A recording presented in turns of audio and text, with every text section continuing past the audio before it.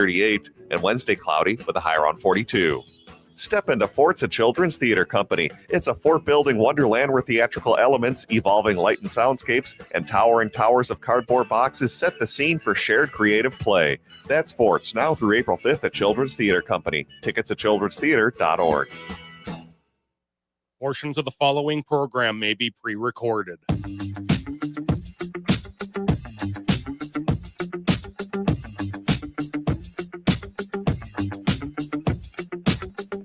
Broadcasting live on AM 950, the progressive voice of Minnesota, in the evenings on WCPT 820, Chicago's Progressive Talk, in the nighttime hours and in the afternoon drive on 1150 AM KKNW, and on BAM, that's Blue Amp Media, blueampmedia.co. That's blueamp.co on Substack. It is the Matt McNeil Show for your Tuesday. Good to have you with us here today. Matt and Patrick, we are jam-packed today. Greg Bakken's going to join us a little bit later on. Of course, a host of Ghostbox Radio coming up here in a little bit. Patrick Cooligan from the Minnesota Reformer is going to join us coming up here in the next hour. I've got a pair of tickets to give away to I Love You, You're Perfect Now Change coming up as well in the next hour. And Patrick is here. Hello, Patrick. How are we? Doing pretty well. How's your Tuesday going? Busy. And can I just take a second okay. So I'm have to run around. I'm running around all day today. Just been going bing, bing, bing, bing, bing, that sort of thing. And I'm going down a road. This is a single lane road. It's a 2-lane road. So basically single lane, but there's always a lot of traffic coming at me. So you can't really pass anyone.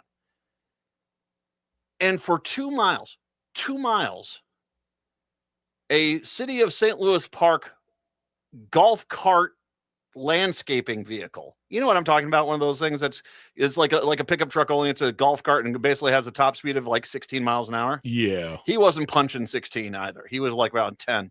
He had a line of cars behind him, including myself, that was probably 40 deep. And at no point did this guy ever once, even though he had rear view mirrors, even though he had rear view mirrors, he at no point thought about pulling over, letting all the traffic pass. Nope, it was his day to be in charge. Oh, for goodness sakes. I understand that you may be looking for these little victories, and fine, great, congratulations, hoo-ah. But come on, dude, man. People got to get places and go beat people and do things and all that stuff. Come on. It's been one of those days where I've had to, I always try to, I try really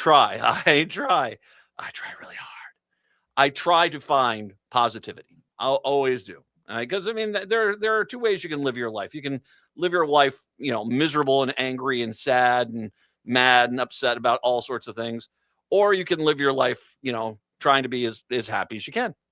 I choose to try to be happy. You got one trip around on this spinning rock. Why be miserable? But it's little things like this sometimes. Ugh. Although today is a fun day, man. I mentioned this yesterday. It's Mardi Gras today, which I am enjoying a lot of Mardi Gras music right now. I do love that music. And then it's also the Chinese New Year's. And is it Fire Horse? Is that what it is? It's a Fire Horse. I'm a monkey. How did I miss out on Fire Horse? Fire Horse is awesome. Can you be like water? You could be like Water Dragon. Oh, I guess it's better than the goat or isn't the pig? There's You're the pig, you're the goat at times, right? Yeah, there's a rat too. Rat, yeah. You don't want to be Fire Rat. It sounds like a made-up band name for a bunch of junior high kids. Fire Rat. No, I Fire Horse, man. I mean, I think I'm Air Monkey 68. I think that's Air Monkey or something like that, which I'm presuming means I'm gassy, which, checks out sometimes. Depends on what I'm eating. Got to be careful with the old diet. But, happy times. I have to imagine someplace in New Orleans, there is a magnificent mashup of Mardi Gras and the Chinese New Year. And if there is any place on the planet I would want to be, it's right there.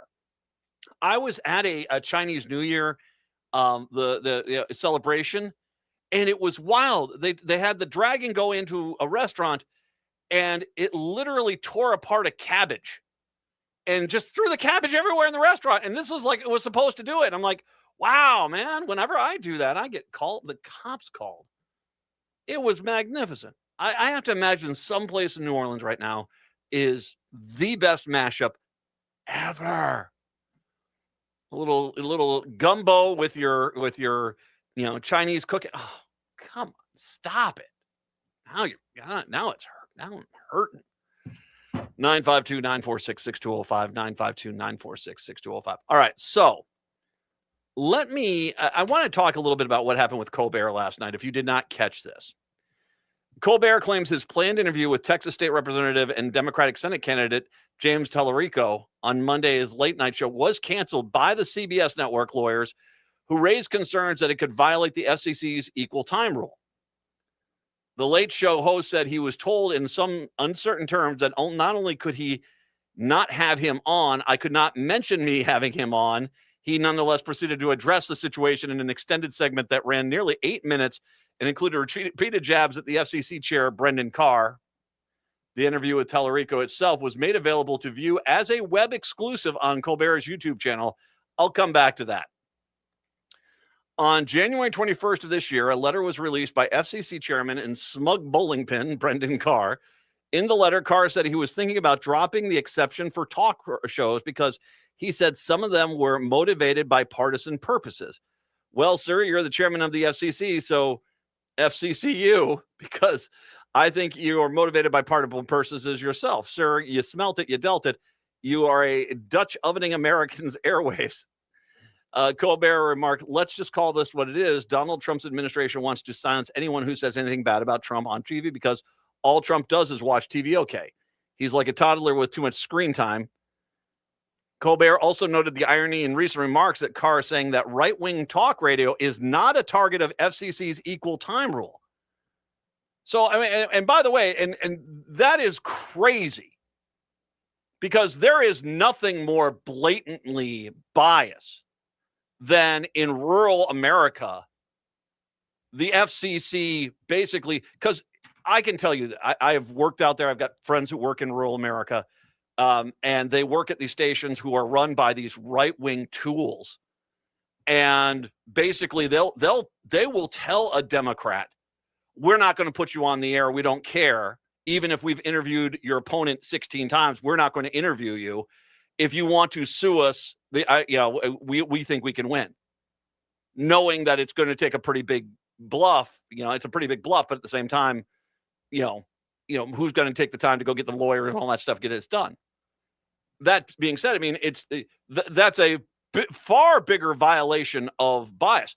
I have always said, you want to come, once I'm in certain seasons, once again, you got the primary season. So if I interviewed a Democratic candidate today, I have no obligation to interview a Democratic candidate a Republican candidate in their primary. Those are two separate races. So I will, but I mean, if I interviewed a Democratic candidate and there was another Democrat running against them in a primary, I am by law, basically, I have to carry both those interviews. Once I get to the general election, I will interview a Democrat. And if a Republican is dumb enough to come on my show, because I will not pull punches. There is no obligation to me to be nice to you. And I will not you cannot tell me a topic we won't discuss. I will basically go and I will interview you as you should have been interviewed for years. I have no problem with it. Funny story. Republicans don't take me up too often on that.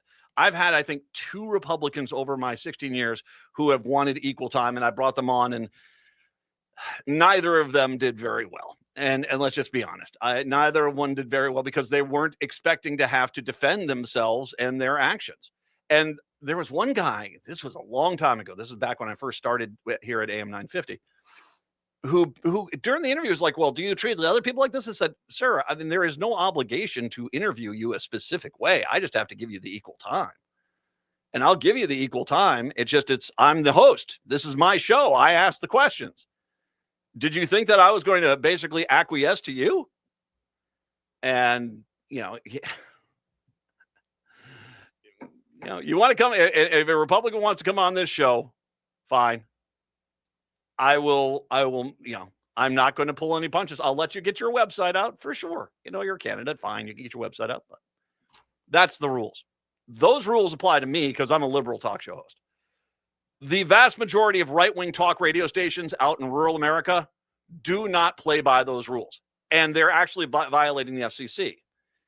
In January, Carr announced new guidance to the FCC would interpret as equal time rules in a move apparently aimed at pressuring shows such as The Late Show, Jimmy Kimmel Live, and Daily Show, and others into broadcasting more conservative viewpoints and featuring more conservative guests. Prior to this, late-night talk show hosts had generally been exempt from equal time rules. This was an established rule in 2006. So under the W administration, in regards to Republicans upset that Jay Leno wasn't having more conservatives on the air. And so basically he said that there's no obligation to have an opponent on the air. And now Brendan Carr is trying to change this. But once again, I want to make sure we understand something. As he says, we want equity. What he's also saying at the same time is that if you're a right-wing talk show host, the right-wing talk show hosts don't have to give equal time to a Democratic candidate. Brendan Carr is a tool. I mean, that's what it is. I mean, he is there to basically make sure any way, shape, or form that the only thing you hear is conservative talking points. And yeah, that's where we're at right now. That's where they're at. By the way, if the idea was this was going to somehow silence Tallarico, it's kind of the opposite. Trump's FCC began its long-threatened crackdown on political late-night shows.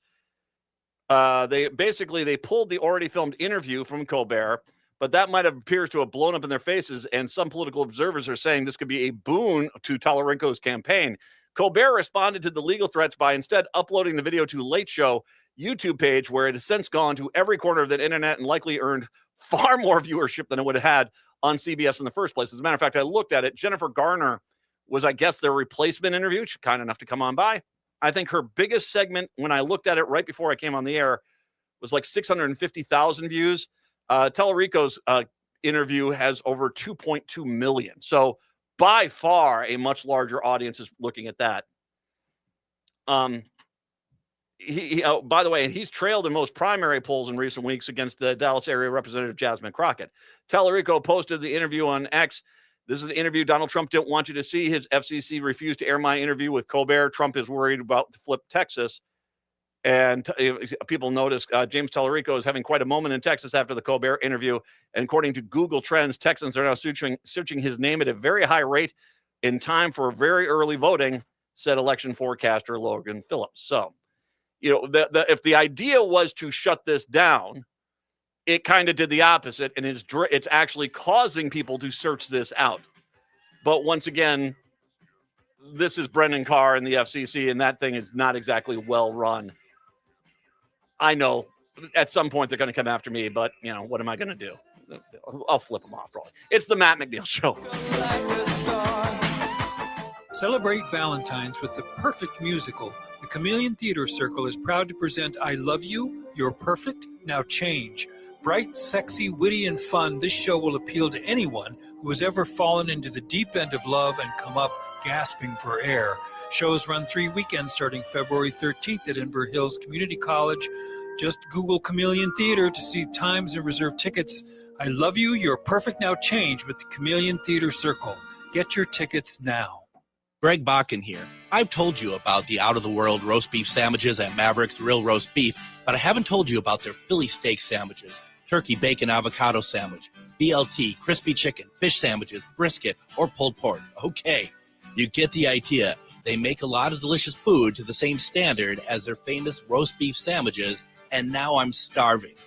I'm going to go to Maverick's Real Roast Beef off Lexington and Roseville, and you need to go too. Check out their menu at mavericksbeef.com. Hi, this is Frank Brown with Minuteman Press Uptown. It's election season. If you're campaigning for a candidate, your outreach needs top quality union printed materials, from direct mail and yard signs to door hangers, buttons, t-shirts, and flyers. Minuteman Uptown is your union shop to get people to the polls. We print everything. We'll keep your candidate top of mind, target your message with a laser focus, and maximize your voter turnout efforts. Get started today at mpuptown.com. That's mpuptown.com. At Schroman Law, we provide more than just legal documents. We walk alongside our clients to ensure their wishes and legacies are being honored with every choice. And we do this while recognizing that this process can be emotional and weighty. Our team includes attorneys, as well as a grief coach and a published writer ready to assist with legacy letters and extra wishes to go alongside your healthcare directive. Contact us today to learn more at schromenlaw.com. That's SCHROMEN law.com. Hey, Chanhassen in Eden Prairie, it's Alex with Buzz Cut Mowing. Why wake up early, freeze, and shovel snow when I can handle it for you? I provide fast, reliable snow removal so your driveway and sidewalk stay clear, safe, and stress-free all winter long. Relax, enjoy your morning coffee, and let me do the heavy lifting. Visit buzzcutmowingmn.com today and make this winter easier, warmer, and worry-free with Buzz Cut Mowing. Because nobody likes shoveling snow. Uncover the rich history of Minnesota through Whoosh, a lively and deeply moving ghost tale. Solo artist Andrew Erskine Wheeler masterfully brings to life a range of characters, intertwining the rich history of St. Anthony Falls in the post-Civil War era with the story of its Irish heritage. This award-winning show weaves a hauntingly local and unforgettable ghost story through compelling song and storytelling. The History Theater's Whoosh plays January 29th through February 22nd. Find tickets at historytheater.com.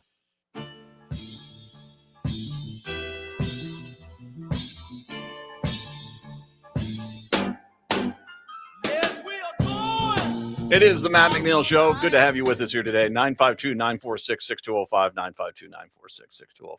Well, we get to say goodbye to an absolutely horrific human being. Well, we're not going to say goodbye. I mean, she's going to have some sort of nighttime host gig on one of the networks for sure. Prominent spokesperson for Homeland Security and Donald Trump's mass deportation efforts is leaving the administration amid growing outrage over the violent surge of immigration in Minnesota. Homeland Security Assistant Secretary Tricia McLaughlin is expected to leave the administration next week. While informing colleagues about her plans Tuesday, The Independent learned Politico was first to report on her departure. The agency's profile statements attributed to McLaughlin have aggressively defended the administration's actions, including in the aftermath of the killing of Renee Good and Alex Preddy. Should be reminded she lied through her teeth about them and with a smile on her face while she wore a cross. So tells you everything about her. McLaughlin initially sought to leave DHS in December, but delayed her exit to support the administration in the wake of their deaths to stomp on their graves. Her exit comes as a vulnerable moment for the administration, facing blowback and declined public support for the president's sweeping efforts to quickly arrest and deport tens of thousands of people. So she is gone. Now, how much of this is also, I think there is going to be an interesting turnover within the Trump administration because, okay, so if you haven't heard, there's supposed to be this election conference call coming up here at the end of this month, I believe it is. And the large suspicion is that the Trump administration is going to try to make the argument that they should be in charge of the elections in every Democratic county because the Democratic county elections can't be trusted. That's what their argument's going to be. So coming into, say, like Fulton County down in Georgia, Hennepin County in Minneapolis, St. Paul, Cook County in Chicago, depending on where you're at, and taking over those elections. And the reason why is so that they can basically purge the voting rolls dramatically down to, white men as is, put in voting restrictions as far as IDs and such like that, and then basically just throw out any ballots that vote for a Democrat and claim that the Republicans beat the tide. Yeah, by stealing it. And by the way, can I say this? You think what happened in Minneapolis is bad? Try this. I want to make sure I just want to make sure the Trump administration, try this. You think this is bad? Wait until the entire country is storming down the street. That you have a 4 or 5 million person march in D.C. demanding resignations. Now, you could at that point, I guess, start launching missiles into innocent civilians because those protesters are all violent and getting paid for because you're Republican idiots. Or you can basically realize, the gig's up. Because I tell you what, it's one of the things that's been interesting about Minneapolis is that there clearly is a limit to which the public, even a lot of Republicans are willing to watch democracy get washed away. And if you've got jackbooted thugs in the streets killing people without cause, attacking people without cause, if you've got elections, legal and legitimate elections being thrown out, and, kind of like the Russians, where I don't know if you've ever seen the video of the Russians, where the Russian military guy is going voting station to voting station to make sure that all the Vlad Putin people are getting elected. If they want something like that, yeah. And I'm don't get me wrong too. I would imagine too, at the very least, they're going to have federal agents at every polling place where there is, less than a 95% white person majority. And even if you get, judges signing off saying they have to leave, they're going to refuse to leave because they want to intimidate and stop people from voting. So, yeah, this is, I think that there are people within this administration that when it comes down to it, now we're getting to the point where they're going to burn down the Reichstag. And there are some people who I think are clearly been aware of these plans and are trying to find the exit. Tricia McLaughlin might be one of those people, but she is a horrible person. Speaking of horrible people, let's start with Palantir. Is relocating its headquarters to Miami from Denver. The company announced Thursday in a post on X. The software analytics firm is the latest big business to migrate to South Florida as executives seek to transform the region into a hub for innovation. No. Florida offers a friendlier tax environment, has welcomed a wave of billionaires in recent years. The region is gaining more executives as California deliberates over a 5% wealth tax on residents and a net worth exceeding $1 billion. Meta Platform CEO Mark Zuckerberg reportedly bought a mansion in Florida, and Palantir co-founder Peter Thiel has established a base in Miami. Palantir, which was founded in Palo Alto, California, previously moved to Denver in 2020. CEO Alex Karp has previously spoken out about the culture in Silicon Valley.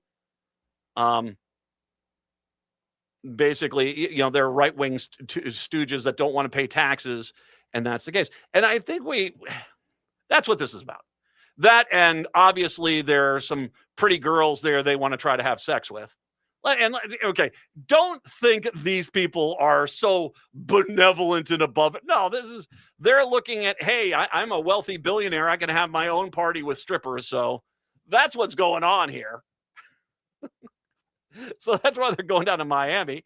There are other states that they go to that have very low tax rates, but they don't have the strippers. They don't have the people they want to try to have sex with because I'm a billionaire, make me hot, that sort of thing. Which does bring up an interesting observation, because we need to start realizing how kind of horrible these guys are. Joshua Weeds, have you not seen this one? This was up on Blue Sky. He made a post here. America's richest people are not its most generous. Elon Musk, his net worth is $780 billion. His estimated lifetime of giving, the amount he's worth, $780 billion.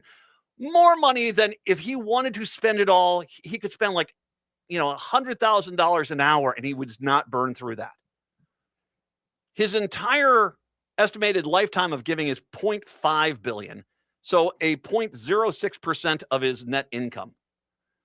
Jeff Bezos is $250 billion. He's made $4.7 billion, so 1.85% of his money he has donated. Zuckerberg is $213 billion. He's donated $6.1 billion, so only 2.78. Once again, it's not like these guys are, I can't donate anymore. How am I going to afford groceries? They're fine. The Walton family, Bob Walton and his family, $138 billion. They've donated $0.8 billion, which is 0.57% of their income. Jim Walton and family, $136 billion.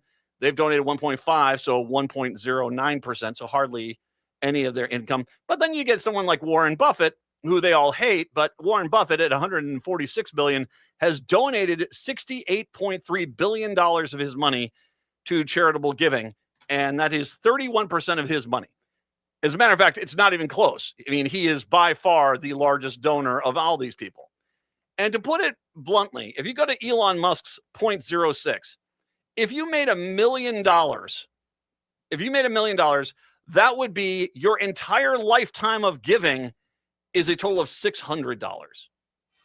Yeah, exactly. Exactly.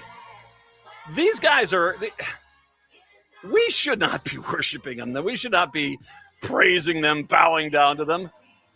They're greedy, man. And that's not a good trait. It's the Matt McNeil Show. Hi, Matt McNeil here. You're listening to the best progressive radio in Minnesota. It's AM 950, KTNF, St. Louis Park, Minneapolis, St. Paul. Hi, I'm Mary T. I'm a proud supporter of AM 950 because this station shares the values that I care about most: community, connection, and making a difference. Just like AM 950, I believe in using our energies, our resources, and our voices to lift up others. That's why I started the Mary T. Scholar Program at the University of Minnesota College of Education and Human Development, providing graduate students with internships internationally. For over the past 10 years, our students have served communities in Laos, Cambodia, Nepal, India, Cameroon, and Thailand, gaining experience and helping people in ways that really make a difference. Supporting AM 950 fosters conversation, awareness, and action in our communities. It's about shared values and believing that together we can make a difference. Visit marytinc.com to learn more about the work that we do. What if I told you that toxic pesticides from crop seeds and lawns have spread all over Minnesota's lands and water, devastating wildlife and posing risks to our health? Well, it's true. But a coalition of Minnesota farmers, community members, anglers, and more are taking action to protect our state from neurotoxic pesticides. To learn more and get involved, visit cleanerseed.org. That's cleanerseed.org. And tune to Food Freedom Radio. This is Chad, owner of AM 950. I've been telling you about my friends at Snap Construction, who are arguably the most well-reviewed exterior construction company in the metro. Don't just take my word for it. Take a look at all their reviews online. Winter is the most cost-effective time of the year to complete your construction project. A majority of Minnesotans choose to have their work completed on their home in the summer when they should be enjoying the weather. As a result, the demand for labor in the summer is much higher. The most cost-effective way to improve or restore your home is in the winter due to the lower demand. Right now, Snap Construction is offering an additional 30% off of labor to the AM 950 listeners on your next construction project between now and the end of February. Call 612-333-SNAP and mention AM 950 for an additional 30% off. As always, Snap Construction stands by their work with a lifetime craftsmanship warranty. Don't wait to get a free estimate by calling 612-333-SNAP or find them online at snapconstruction.com. Financing options available. With your AM 950 weather, I'm Brett Johnson. Look for sunny skies today with a high near 52, tonight rain with a low around 38, and Wednesday cloudy with a high around 42. The bakery at Cafe Latte features legendary cakes, cupcakes, and fresh-baked breads crafted with real ingredients. You won't find artificial flavors, colors, or preservatives at Cafe Latte, just pure quality. Whether it's a sweet treat or a gourmet meal, head to Victoria and Grand for Cafe Latte. More at cafelatte.com. AM 950, the progressive voice of Minnesota.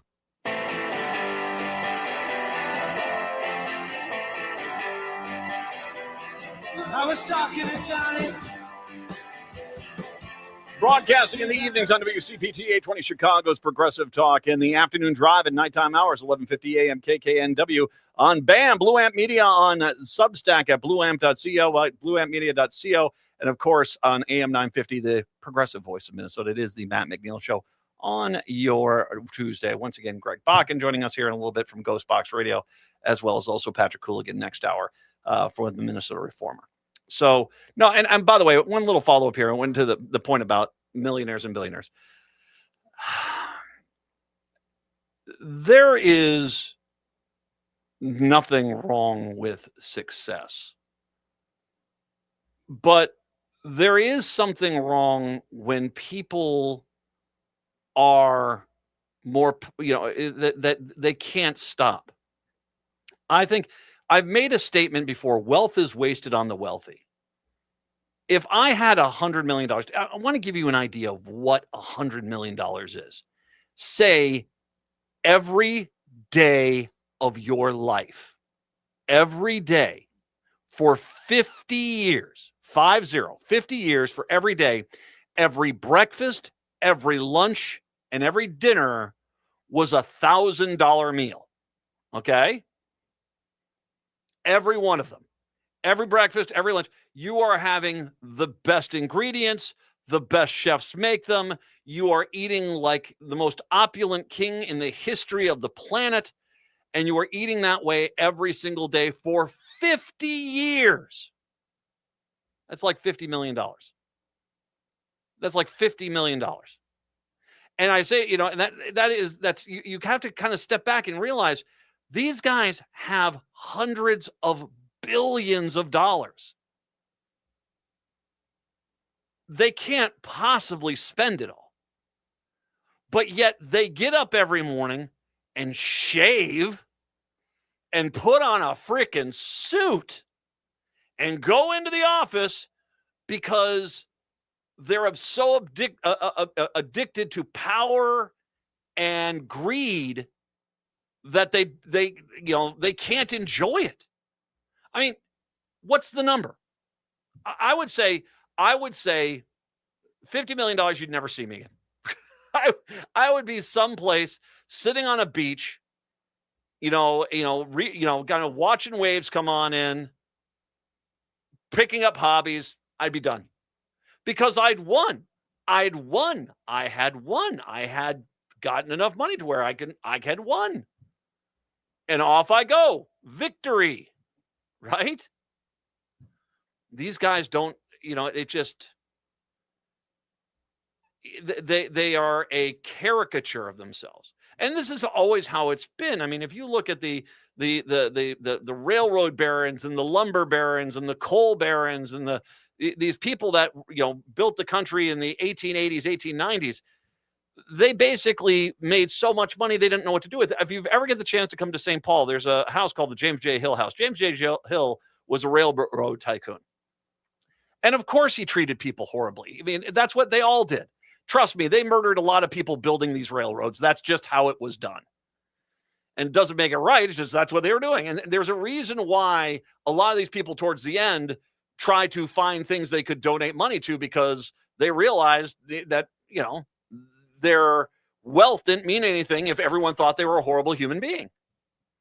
And I do not think any of these people that I mentioned, outside of, obviously, Warren Buffett is a pretty decent guy. He's already donated a third of his entire income to charitable groups. He's a really good guy, but the rest of those guys, they're not nice. They're greedy. They're greedy and they're selfish, and and they get praised for being greedy and selfish. And by the toddler in chief himself, the greediest, most selfish jackass that's ever existed, Donald Trump. No, it's a travesty that we live in the age of greed, because this is not something we should be celebrating or tolerating even. I mean, how many, this company that was moved from Silicon Valley to Denver and then now is moving to Miami so he can be around the hot chicks. Woohoo! Yeah. How many tax breaks did he get from Colorado? How many tax breaks did he get from California? They act as if these people, the more you listen to them, you realize how they honestly do think that they're some sort of more superior human than the rest of us. Doesn't mean that they didn't have some breaks or make some good calls, but they're not better human beings than anybody. No, we're all human beings. It's just that they have to think of themselves because that's just who these guys are. I can't help them. I can't help somebody who has enough money to walk away and never, ever have to live by anyone else's rules ever again. And they get up and they shave and they put on a suit and they go to the office. I can't help that. Me, if that was me, I'd be sitting out in a thong in my front yard waving, hey, hello, I don't care. I do not care. And I'd probably give a lot of money away. Mackenzie Scott, she's fantastic. She gives away tons of money. And guess what? She still leads a pretty good life because she's got so much of it. No, these guys are just we should not be worshiping selfish jackasses. We shouldn't. And we should be regulating these people, because to make sure that guy can be sucking champagne off a supermodel's belly, we have to make people go hungry and cut benefits and make people go without health insurance. Was it Bill Barr was there with the comedian who basically said, Bill Burr, they basically said, hey, it's great you've got $1 billion, but maybe you should just have 990 million and give all your workers dental insurance. I think you'll be fine and they'll be a lot happier. Yet when you suggest something like that, socialism, well, what do we got right now? Make me poor so the billionaire can have more money and step on my face. No, I don't really have a lot of respect for the age of greed. I don't. Never have. And I'll go back to my statement before. Wealth is wasted on the wealthy. It really is. It absolutely is. 952-946-6205. Donald Trump now is starting to wonder about his... Okay, now, this next story could be described as audio syrup of Epicac. So... just realize I'm going to be talking about potential sex between Kristi Noem and Corey Lewandowski. So, cleansing breath. Okay. Trump has addressed speculation for the first time that Homeland Security Secretary Kristi Noem is having an extramarital affair with her top aide, Corey Lewandowski. I'm going to stop right there. Of course they're clang, clang, clang goes the trolley. I mean, of course they are. Those two seem to be doing the horizontal bop whenever they can. I mean, they bought a plane with a sex grotto in it. For God's sakes. And by the way, can I make this point too? If any member of a Democratic administration was so blatantly having sex with one of their employees, the news media in this country would be going crazy. Do you remember when was it the defense secretary had cancer and was getting cancer treatments and basically didn't tell people, and the media went after him saying, you should let people know about this? That was cancer. And they went, and Benson, was Lloyd Benson, wasn't it? It was cancer. And they went after him. These two are humping like, howler monkeys at the zoo. And everyone's like, well, and by the way, dear God, it's like, what's the name of the puppet from the Saw movies? Yeah, Jigsaw. I mean, God, what is up with Kristi Noem's face? Yikes. That is not something I'm going to get excited about. I'm just going to let you know. I think you're going to put a collar on me and take me to the gravel pit. Trump was asked directly about the rumored friendship with friendship. Clang, clang, clang goes the trolley. Yeah, okay. Friendship. With Noem and Lewandowski had denied aboard Air Force One Monday evening when they constituted a bad look for his administration, whether Noem was likely to remain in his job much longer. I don't know about that, said the president. I mean, I haven't heard that. I'll find about it, but I haven't heard about it. The alleged romance between Noem and Lewandowski, both of whom are married. Like I said, you think that a Democratic cabinet member would be able to get away with this? Nope. Has long been a subject of media intrigue, but the former South Dakota governor has dismissed the story as a disgusting lie. Usually with Lewandowski on a leash behind her. No, I have never seen Corey Lewandowski on a, no. The matter was revived last week by the Wall Street Journal, that liberal rag, which published a bombshell report on Noem's running the DHS, alleging the pair's close relationship has already made Trump and his top advisors uncomfortable, was an open secret within the administration. Yeah, they think they're being sly. Everyone sees what's doing. Yeah. Jigsaw from Saw. Dear Lord. The newspaper claimed that the president had rejected the idea of Lewandowski serving as Noem's chief of staff. Okay, never mind. Due to reports of a romantic relationship between the two, which he has continued to bring up, officials say. It was also reported by the secretary had moved into a government-owned waterfront house on a military base in D.C. intended for the head of the Coast Guard after tabloid photos of Lewandowski showed him going back and forth between his apartment and Noem's across the street last year. Yeah, once again, apparently borrowing a cup of sugar. Okay, I can't even say that joke. No, I am controlled by the FCC here, so I already know I can't get away with it. What I was about to do, it involved a couple. Never mind. No, I'm going to stop talking. Produce, you say? A DHS spokesperson told the Wall Street Journal that Noam had moved into the house for security reasons. Yeah, I highly doubt that. Oh God.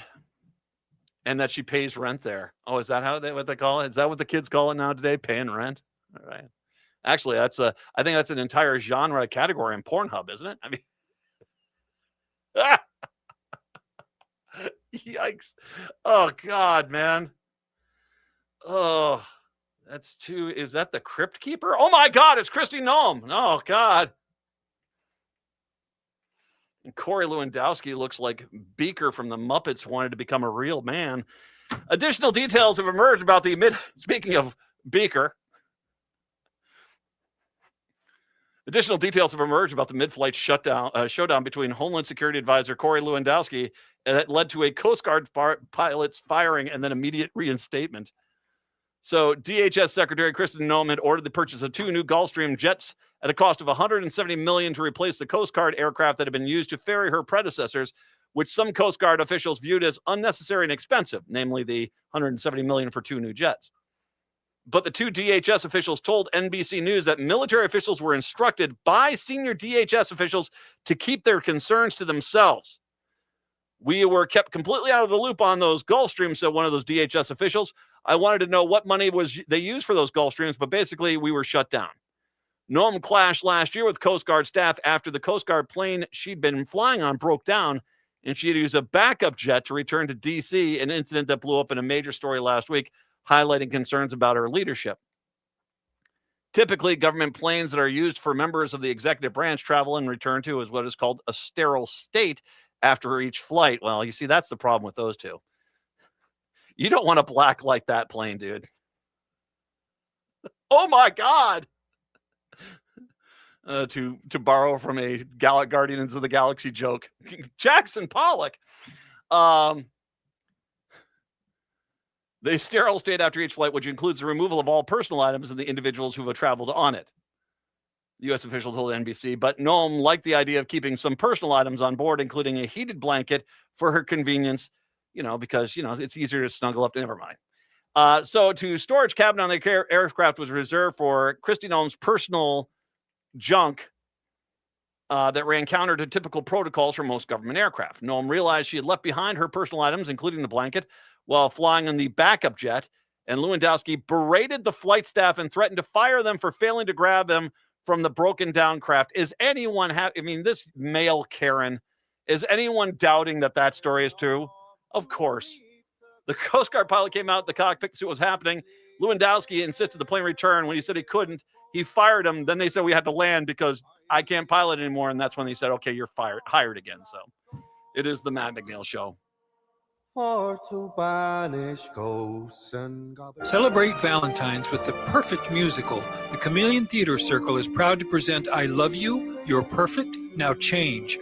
Bright, sexy, witty, and fun, this show will appeal to anyone who has ever fallen into the deep end of love and come up gasping for air. Shows run 3 weekends starting February 13th at Inver Hills Community College. Just Google Chameleon Theater to see times and reserve tickets. I Love You, You're Perfect, Now Change with the Chameleon Theater Circle. Get your tickets now. Crooners is a classic supper club with a wide range of entertainment. Make your reservations for a parade of international, national, and local artists in the main stage showroom, the intimate Dunsmore Jazz Room, or outdoors at the seasonal Belvedere Under the Stars space. Or enjoy Maggie's Piano Lounge. Enjoy 4-star food and drinks with first-class supper club service. What are you waiting for? Go to croonersmn.com for more information and schedule. That's croonersmn.com. This is Chad, owner of AM 950. I've been telling you about my friends at Snap Construction, who are arguably the most well-reviewed exterior construction company in the metro. Don't just take my word for it. Take a look at all their reviews online. Winter is the most cost-effective time of the year to complete your construction project. A majority of Minnesotans choose to have their work completed on their home in the summer when they should be enjoying the weather. As a result, the demand for labor in the summer is much higher. The most cost-effective way to improve or restore your home is in the winter due to the lower demand. Right now, Snap Construction is offering an additional 30% off of labor to the AM 950 listeners on your next construction project between now and the end of February. Call 612-333-SNAP and mention AM 950 for an additional 30% off. As always, Snap Construction stands by their work with a lifetime craftsmanship warranty. Don't wait to get a free estimate by calling 612-333-SNAP or find them online at snapconstruction.com. Financing options available. Hey, Chanhassen and Eden Prairie, it's Alex with Buzz Cut Mowing. Why wake up early, freeze, and shovel snow when I can handle it for you? I provide fast, reliable snow removal so your driveway and sidewalks stay clear, safe, and stress-free all winter long. Relax, enjoy your morning coffee, and let me do the heavy lifting. Visit buzzcutmowingmn.com today and make this winter easier, warmer, and worry-free with Buzz Cut Mowing, because nobody likes shoveling snow. Hearts and beliefs collide in the poignant comedy, The Cake, playing at Theater in the Round. Della is a talented Southern baker whose life changes when she's asked to create a wedding cake for her late best friend's daughter, who's marrying a woman. The production offers a tender and funny look at the complex intersection of faith and family. The Cake runs February 20th through March 15th at Theater in the Round. Tickets and more information at theaterintheround.org.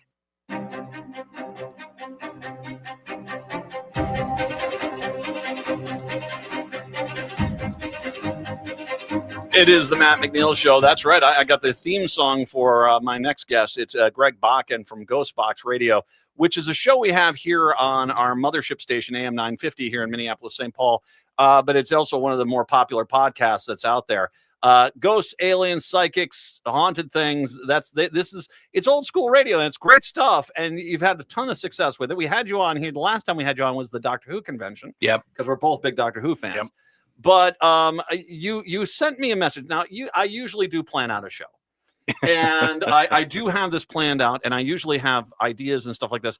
And you sent me a message about your show tonight, and I said, oh, yeah, no, I'm pushing whatever I've done aside because we have to talk a little bit about this. Why don't you tell me what exactly you guys are going to be talking on Ghost Box Radio tonight? So tonight we're going to be talking about Bigfoot sightings during the Civil War. Okay. I don't think I caught that part of the Ken Burns documentary. That was episode 15. You got to watch it. It's great. Were any of them named Jebediah or Ezekiel? I think most of them were actually. So yeah. Okay. Are we okay? Are we sure it's just not some of the boys from the mountains of West Virginia that came on out of the hills? I don't know. That's the thing. I mean, you can't prove it. Were they for the Union at least? I don't think that any of them wore any sort of uniforms. I don't even want to think about the consequences of a Sasquatch fighting for the Confederacy. That doesn't make a lot of sense. That's just unfair. Yeah. It's like you're a Sasquatch and you're pro-slavery? Well, okay. That doesn't make a lot of sense. Okay, so who are you talking to? I'm talking to a researcher. His name is Lon Strickler.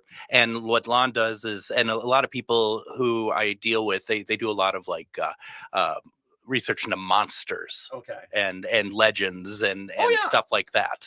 There's a PBS a streaming thing that they do. They talk about this Monstrum. Yeah, they talk about this. There's some people that are just specialized in these folk tales and lores of monsters, which Bigfoots and Sasquatches fall into that category. Totally.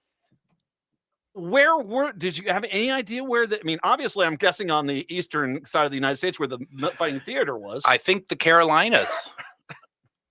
It just adds to it, doesn't it? I mean, it just, Are you sure it wasn't Billick? No, never mind. Was wearing a sweatshirt. Yeah. Okay, no. Okay, the Carolinas. Okay, so I'm guessing Appalachian Mountains. Exactly. All right. Well, okay. Now, I know the Shenandoah Valley campaign, and the Carolinas were actually some of the last areas that were cleared because they kind of, this Confederates, even after Appomattox, had kind of blockaded themselves into those forts on the Outer Banks. I know the Battle of Nashville. I mean, remember, of course, they came down. So Sherman comes down into Georgia. Battle of Nashville is when wasn't Johnson. It was Longstreet tried to get them back up into, and they failed. And that was the end of their whole thing. And all of a sudden we're going for beachfront property in Savannah.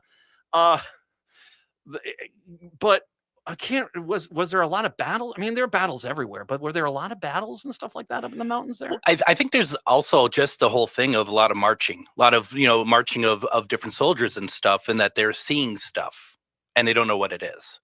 And from what I have read in some of my research is that they're called they're called big men, big hairy men.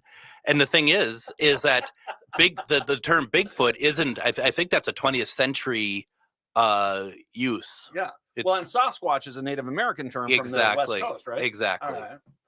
Pacific region, I should say. So, okay. So, by the way, you do have a point. There's a fruit called is it a pawpaw that is very unique to certain areas, and it's kind of like a banana, but you have to eat it. Basically, you can't preserve it. Yeah. You have to when it comes out, you have to eat it. You have like 2 weeks, and that's it. And so that was something that people talked about being exposed to, that they never had that before when they went down there. So you're coming down here, you're some guy from Boston, so you already got attitude. You're coming on down, you're into the mountains of this, and people saw Bigfoot, or you say big hairy men. I mean, that I qualify guilty as charged. Well, I mean, minus the hairy. I mean, but yeah, I mean, it's. I mean, I think the point that they're making in their writings about it, though, is that it looks like no other man. Okay. It's like just this tall, and they don't use the term ape or anything, but it clearly is not something they've ever run into before. Because I did not see the Ken Burns, my dearest Margareta, I was right as we finished up fighting by St. Petersburg, and oh my God, what is that? I mean, that would have been like 3 extra episodes. Nothing gets done fast in a Ken Burns documentary. So I just keep thinking of a Sasquatch, and I'm hoping it's a Union guy. Really, I'm presuming that they were on the side of right, on this one. They are kind of more northerly characters. They are. So I think they kind of realized, okay, we're out of here when we're going to move north. Was this, to your knowledge, I mean, because obviously you're going to talk about this tonight, and for everyone in the Twin Cities, it's 10 o'clock tonight on AM 950 and podcastable pretty much right after the show. Right away. Right after the show tonight, so you can listen to this everywhere.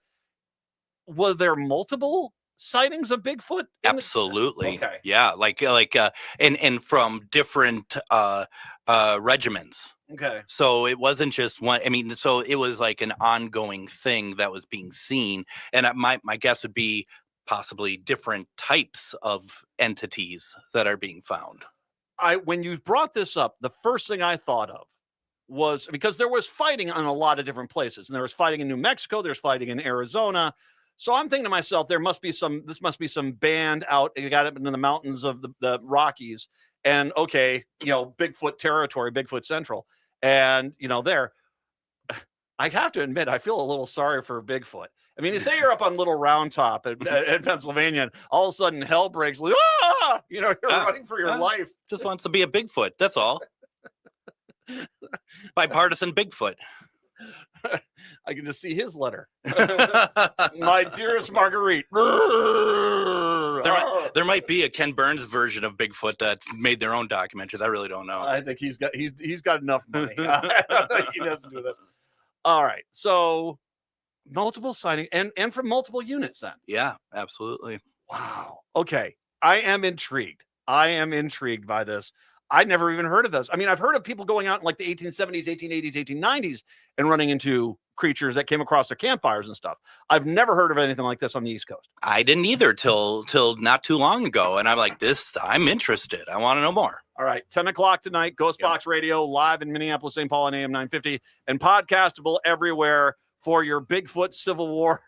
It would explain the beards. I mean, it would explain a lot about the beards and the facial hair back then. Greg Bakken. Greg, thank you very much. I appreciate the time. Very much. Chicago and Seattle, I will talk to you guys tomorrow. Bam! In Minneapolis, St. Paul, hour 2. Sasquatch is not included up next.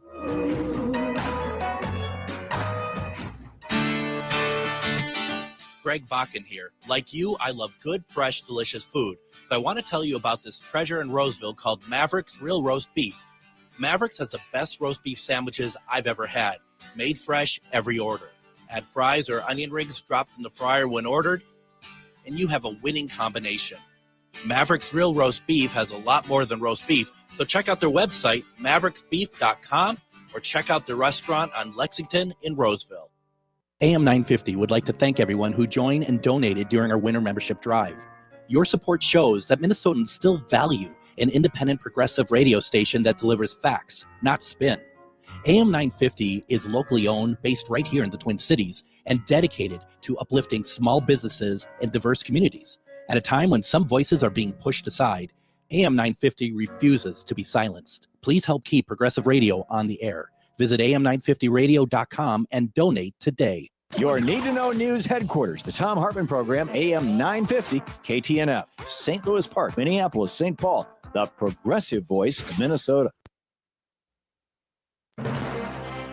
AP News, I'm Mike Hempen. Eulogies are pouring in after the death this morning of the Reverend Jesse Jackson. The two-time presidential candidate who led the civil rights movement for decades was 84. Reverend Al Sharpton says Jackson is an American icon. Jesse Jackson changed American politics. Jesse Jackson changed the civil rights movement. He was a consequential and transformative figure. Former President Barack Obama says Jackson's historic runs for president laid the foundation for his own campaign. President Trump says Jackson had lots of personality, grit, and street smarts, adding he was a force of nature like few others before him. Investigators in the Nancy Guthrie disappearance say DNA from gloves did not match any entries in a national database. The 84-year-old mother of NBC Today co-anchor Savannah Guthrie was reported missing from her Tucson area home on February 1st. Investigators are also working with experts to try to locate Nancy Guthrie by somehow detecting her heart pacemaker. Iran has announced a temporary closure of the Strait of Hormuz for live-fire military drills. The rare show of force came as its negotiators held another round of indirect talks with the United States over its disputed nuclear program. Iranian Foreign Minister Abbas Araghchi says a new window of opportunity is open for reaching an agreement. We are hopeful that negotiation will lead to a sustainable and negotiated solution. U.S. Capitol Police in Washington, D.C. have arrested an 18-year-old man as he ran toward the west side of the Capitol building armed with a shotgun. Police say the man dropped his weapon and complied when challenged by U.S. Capitol Police officers. This is AP News. People in Okay, get this. Now at Wendy's, you get to go biggie with new Biggie deals. That means going biggie with the $4 Biggie Bites, biggier with the $6 Biggie Bag, or biggiest with $8 Biggie Bundle. So now you can choose and customize your Biggie deal. As you should. Sorry, I get fired up when I'm talking deals. More Biggie options so you can get more of what you really want at Wendy's. Price and participation may vary. Single items at regular price. Prices may be higher in Alaska, California, and Hawaii. Drivers who switch their home and auto with Progressive could save money and time. Other things try to do this, but they really don't. Like the touchscreen at fast food places. It's not like you save time because it takes you longer to use a touchscreen than, I don't know, someone who works there. And another thing, do you think it would save money? Because they're not paying a cashier, right? But no, same price. Also, why is there an option to tip? Who am I tipping? Exactly. Anyway, even if you can't save money and time with some things, you could with a Progressive home and auto bundle. Progressive Casualty Insurance Company affiliates and other insurers. Hi, this is Frank Brown of Minuteman Press Uptown with a question for our listeners. How important are business values to you? When you need high-quality digital print, it matters who you work with. You see, Minuteman Uptown is unique. We're one of the only union print shops in Minnesota providing our team with living wages and benefits. We believe in second chances for justice-impacted individuals who want to contribute to the community, and we are active in local issues. We've been in the streets standing up for racial, social, and economic justice. At Minuteman Uptown, our mission is to connect all communities through technology-driven print solutions. An example of that mission is when I moved Minuteman Uptown to North Minneapolis. We're invested in this local community, and we help small businesses and local organizations throughout the Twin Cities reach their audiences. Reach out to Minuteman Uptown and partner with a printer that shares your values. Call us today at 612-870-0777 or visit us at mpuptown.com. That's mpuptown.com. Would you let animals pick your insurance? Do you really need to experience mayhem to get the best rates? Or how about a celebrity quarterback or fake university saving you money? There's a lot of marketing stunts when it comes to insurance, but what you really need is someone looking out for you. Call Array Insurance, and they will work hard to find you the best insurance coverage and rates. So avoid gimmicks and call Cheryl at Array, 763-504-3067 or arrayinsurance.com. Array Insurance, working hard for you. With your AM 950 weather, I'm Brett Johnson. Look for sunny skies today with a high near 52. Tonight, rain with a low around 38. And Wednesday, cloudy with a high around 42. Step into Fort's a children's theater company. It's a fort-building wonderland where theatrical elements, evolving light and soundscapes, and towering towers of cardboard boxes set the scene for shared creative play. That's Fort's, now through April 5th at Children's Theater Company. Tickets at childrenstheater.org. Portions of the following program may be pre-recorded. Hour number 2 of the show here on your Tuesday. Good to have you with us. Matt and Patrick and Brett has stepped into the studio as well.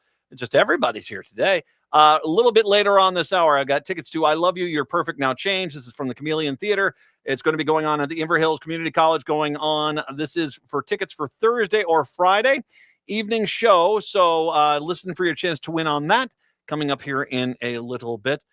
You once again, we talked a little bit about Palm Springs. How has it been with it been so warm up here in the Twin Cities? You came back. What was the temperature like down there when you were down there? A little warmer than it normally was. I mean, we were in the 80s pretty much every day, and normally it's 60s, 70s when I'm down there. So this was a little bit warmer than normal, even for that area. So it was a little harder for you to come back. You were in that for a week. It gets a little bit there. From the 80s to the 50s. I always like it when I go down to South Carolina and go down and visit my families down there. They're from Minnesota, but they moved down there. My parents did when they got older. I got a brother that's down there, and I'll go down, and even in like January, I don't have any problem going into the ocean. They all look at like I'm Mr. a snow miser. I'm Mr. I love when it even gets to like 50 degrees. I was almost wearing shorts today. It's like 50 degrees. You live in a place like here where it gets these extremes in the weather. We get these gorgeous winters. Winter here is gorgeous. It's pretty. It's cold, but it's very pretty. Summer here, hot. You like heat? We got heat, and we got lakes, and we got everything's blooming, and everything's really nice. When you get that, I guess maybe I'm more acclimated to that. You know what I mean? I can at 55 degrees down there in January. Fine. I'm wearing shorts and a t-shirt. Easy. Yeah, that is true. Usually about 50 degrees, we do start to see you in the shorts again. Yes. I wore them yesterday. My grandmother and my uncle lived down in Arizona for a while. And, it did not take long for them to get me acclimated to where all of a sudden it's 85 degrees and they were freezing. They were cold at 80, 85 degrees. I'm like, you're crazy. There's no way I could never live in a place like that. Nope. I had a friend that worked down in Miami, radio down in Miami. He said during the summer, you could, if you were willing to carry your bags, you could walk onto the nicest golf courses in Florida and play basically for free because nobody wanted to go out there in the middle of Florida in the summer. I mean, you'd come back drenched with sweat, but you could play most of those golf courses for free because it was so intolerable. So that doesn't sound appealing to me, though, to carry my bags in 90-degree humid weather. 95 with like 98% humidity. Yeah. I mean, you think we have humidity here in Minnesota in the summer. Try Florida. Question for you. Do you think there is this great debate that's going on here in the Twin Cities about ice on whether or not they're actually done? Are they finished here, or are they just saying they're finished here? And the reality is they're not leaving and they're still going to be violating people's rights. What is your thought? I think they're still going to be here at least a little while longer. I would want to see much more definitive proof that they've actually left. But yeah, color me very skeptical that they're really going to leave. I think this is much more about trying to get public pressure off of themselves so they can go back to the way things were, but without the public scrutiny. I think that with the closure of the Department of Homeland Security's budget, with that DHS's budget not getting approved, 1,000-person drawdown actually makes a lot of sense. Just because they probably don't have the funds, they got to be careful with that. But there still lives 2,000 people, agents here in Minneapolis, in Minnesota, which is a lot of agents. Well, I think I heard someone make the analogy: does it make a difference if you're getting swarmed by 3,000 bees or 2,000 bees? It still doesn't. There's a lot of bees. Deal. Yeah. There's a lot of bees. A lot of bees. It's not any better. And they are still doing some of their dastardly stuff here. On the same day, the federal officials announced the end of Operation Metro Surge. A nightmare began for a family in the Minneapolis suburbs of Columbia Heights, where they've been in Columbia Heights a lot. I've heard that as well, yes. Early Thursday afternoon, a security camera captured Jesus Flores leaving his home to help people in the streets suffering from apparent car trouble. Moments later, ICE agents swarmed his driveway. They tricked him into coming outside, said Flores' son, Miguel. Miguel and his mother, Dionisia, are heartbroken. They said that her husband is a lifeline for their 6 children. 2 of them have autism and require special care. She said that the family provider was whisked away to El Paso, Texas, likely in violation of the federal judge's order within 48 hours of his detainment, because that's what they do. He's a mechanic. The guy is here. He's a mechanic. He just wants to fix cars. Basically, he often takes odd jobs for people who know how to get hold of him. Flores' family believes that the 2 people caught on the neighbor's security camera checking underneath their hood in front of the Flores' household were indeed ICE agents themselves, luring Flores outside in order to detain him. The video shows that as he begins examining the vehicle, 2 other cars fly in and come into a screeching halt, blocking the street on both sides. He appears to try to run back inside the house before multiple agents apprehend him. As they leave the original car and the people feigning mechanical difficulties just drive away with the ICE agents. It's incidents like this that have left some skeptical about the true extent of which people can let their guard down. Homan said the footprint of federal officers will remain in operations transition back to the typical field office structure and provide security for ICE agents in the field. He also emphasized that immigration enforcement will continue, even though, he said, thousands of agents would be leaving the metro. I still see the daily maps. And God bless these people who are following these guys still around. They're still making a lot of raids. And they're not getting the worst of the worst. They're getting people who just want to be here and do the jobs that no one else wants to. And, you know, once again, if your entire policy is just to go after a group of people because of their skin color, well, then any argument you say that they're the worst of the worst is just lost, because all you're doing is it's not, there's no validity to what you're doing. It's just about racism.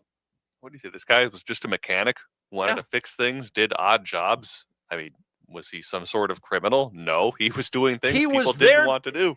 They lured him out because of his kindness to try to help them. Just think about that. It'd be like luring a priest out by saying, hey, there's somebody outside your church here who's hungry, and then arresting the priest. These are horrible people. I mean, these are just really horrible, horrible people. And I don't know what emotional scarring they got in their lives. I don't know how many divorces they have, how many of their kids don't ever want to talk to them again, how many, restraining orders are against them, how many pardons they had to get from Trump for January 6th. I don't know how much of that stuff is going on, but these are just the worst human beings. And it's hard to imagine that we are creating humans that actually think this dastardly, this disturbingly. I mean, it doesn't really seem all that out of place for them. They've used kids as traps. They've pretended to be parents to get in on organized groups to try to find out when the kids are coming and going. It just doesn't seem like something. I mean, it's a low bar, but it just doesn't seem like something that's out of character for them with just everything else awful that they've done. Did you see the video of the kids running for their lives from the school bus? They got off the school bus and they see the ICE agents in the apartment parking lot, and they ran for their lives for the doors. I mean, this is, and that was post Holman. I mean, Holman taking over. That wasn't Bavino. That was Holman.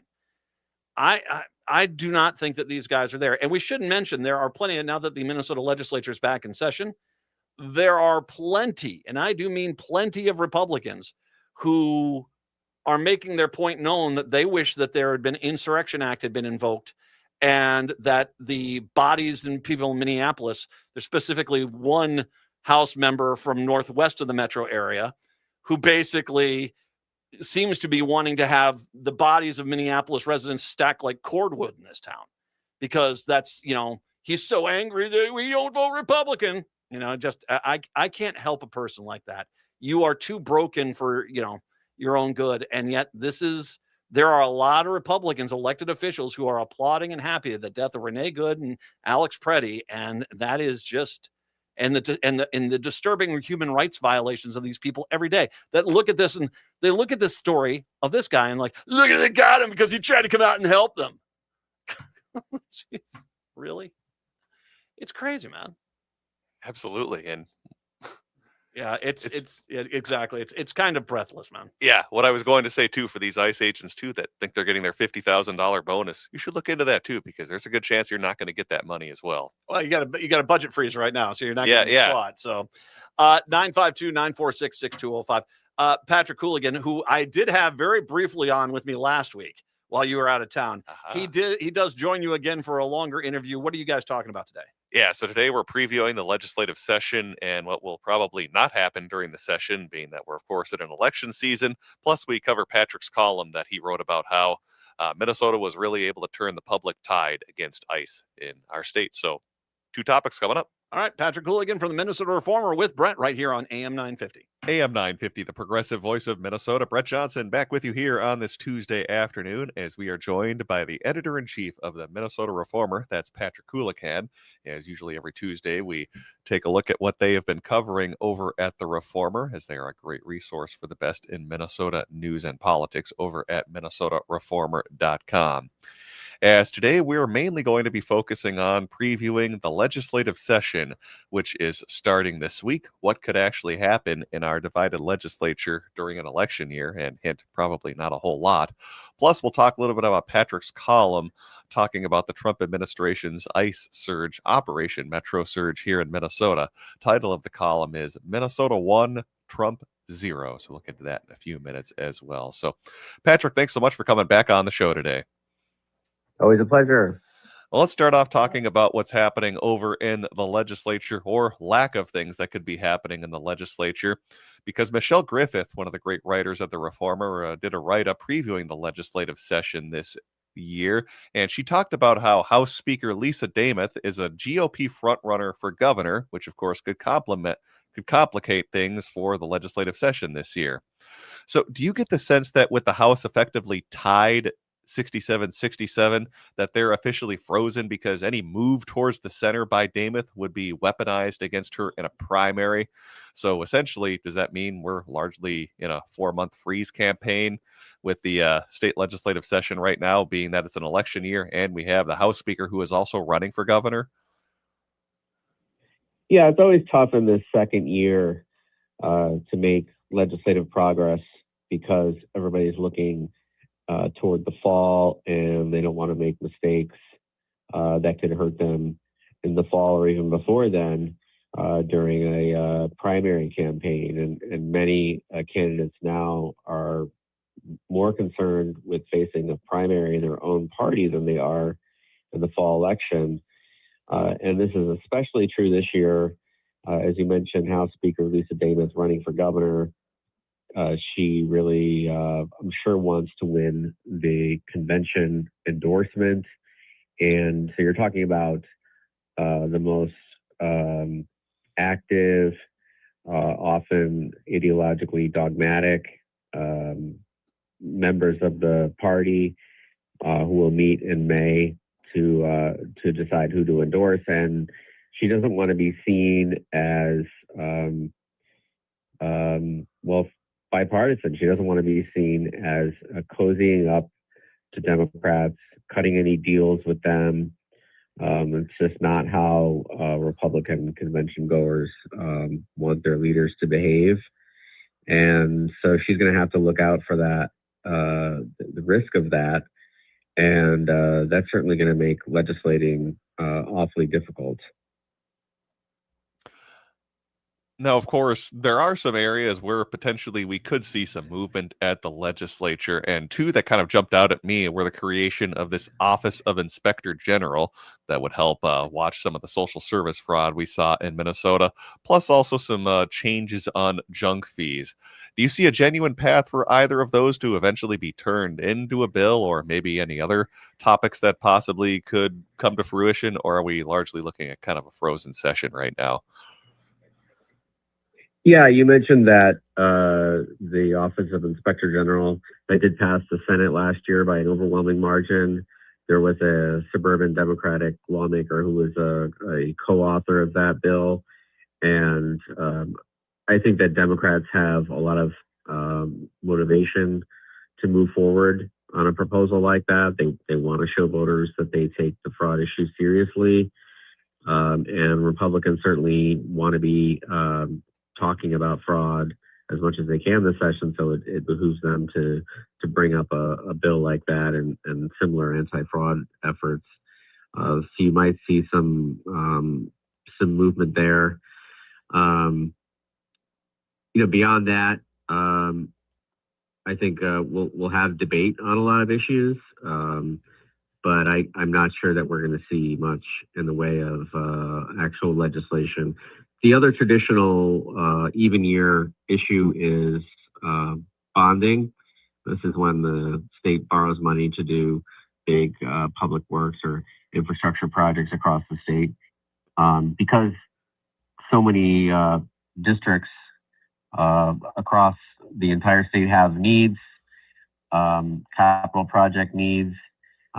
You're usually able to get the votes together in these even years, but I'm not really sure they can even do that. It does require, because it's borrowed money, a supermajority. So you need both parties. And again, I'm not really sure that Republican convention goers will look too kindly on Speaker Damas going to, on a bipartisan bill that would borrow more money. So I think the hopes of a bonding bill, as it's known around the Capitol, I think are a little slim at the moment. But we'll have to see. And of course, they can always come back next year and do a big bill, which is what happened in 2023, for instance. Well, one area that probably should get some attention, but likely won't given the political dynamic, has to do with this staggering figure that Michelle wrote about from this group called Hospitality Minnesota. And they showed that immigrant-owned businesses are seeing revenue drops of up to 80% due to that Operation Metro surge we saw from ICE in the state. Now, of course, when you combine the political situation with the projected budget shortfall we're expected to have in the coming years, is there any appetite to maybe provide some sort of relief packages for some of these communities? Or is this, again, probably something that's going to have to wait till after the election for a new makeup in the state legislature? Yeah, I think the problem is that you're going to have these businesses that have been hit so hard. There's not much sympathy for them in the Republican caucus. And I think that if Damas were to support a proposal like this, she'd be accused of enabling the resistance effort to the federal immigration enforcement effort here. You mentioned the junk fees and the hotel. I think that's the hotels. They want to get rid of the ban on junk fees. I mean, I have no doubt that the tourism industry is in desperate straits now. Nobody's wanted to come here or have a convention here. I mean, not that they would in the winter anyway, but I certainly do believe that the tourism and convention business is in trouble. But that proposal to allow the so-called junk fees, I think that's been on their wish list, regardless of Operation Metro Surge. And I honestly don't see Democrats backtracking on that ban that they only passed a couple years ago. I'll encourage you to check out the legislative preview that they have over at the Reformer, MinnesotaReformer.com, as you can get a look at what will or likely won't be happening during this year's legislative session. I want to switch gears now and talk about the column that you just recently wrote that has to do with ICE in Minnesota. And the title of it is Minnesota 1, Trump 0, What We and the Rest of America Can Learn from Trump's Retreat. And as I read through the column, one of the interesting aspects was how you kind of framed this opposition to ICE, not just as a progressive movement, but also as sort of a libertarian one, citing things that are often, appealing or something that at least gets libertarians fired up, whether that's masked outsiders, racial profiling, or killing of American citizens. So how effective do you think this was, whether intentional or not, of almost framing this resistance as through kind of a libertarian lens than a progressive lens when it comes to, well, gaining public support and eventually leading to ICE drawing down here in Minnesota? Let's talk about that framing a little bit. Yeah, well, I mean, first, I want to say I think we're all waiting to make sure it's actually going to happen. Yes. But I do think that they are going to withdraw and are withdrawing because they're losing this battle in Minneapolis and Minnesota more broadly. Took President Trump's really one of his best issues and turned into one of his worst. And I think what I was trying to get at was just how broad the coalition was that was resisting this operation. I think we think of the progressive political movement as having kind of purity tests and not being always welcoming. But in this case, like I wrote, you had there's a communitarianism that we associate with Minnesota of looking out for your neighbors, but there was a libertarian element to it as well, and that was like, we don't want these outsiders rampaging around our streets, asking people for their papers. These are just not in the tradition of American law enforcement. They're just way outside the bounds of American civic tradition. Obviously, we can think of historical exceptions to this, major historical exceptions, but certainly in this day and age, the idea of going around asking for people for their papers, shooting a man on the street just because he has a gun on him, even though he's a lawful gun owner. In the case of Alex Preddy, there was a lot about the resistance to me that evoked a lot of my own memories of when I was a high school libertarian, and I think it really resonated. And I mean, back to that broader coalition, it even strangely included the police chief of Minneapolis Police Department. Brian O'Hara did not obey by the blue wall of silence. In fact, he was very critical of the feds. And I think that really, again, expanding that coalition of resistance so that it's not just a 40% of the population opposing Trump here, it's 60%. And that really makes a big difference.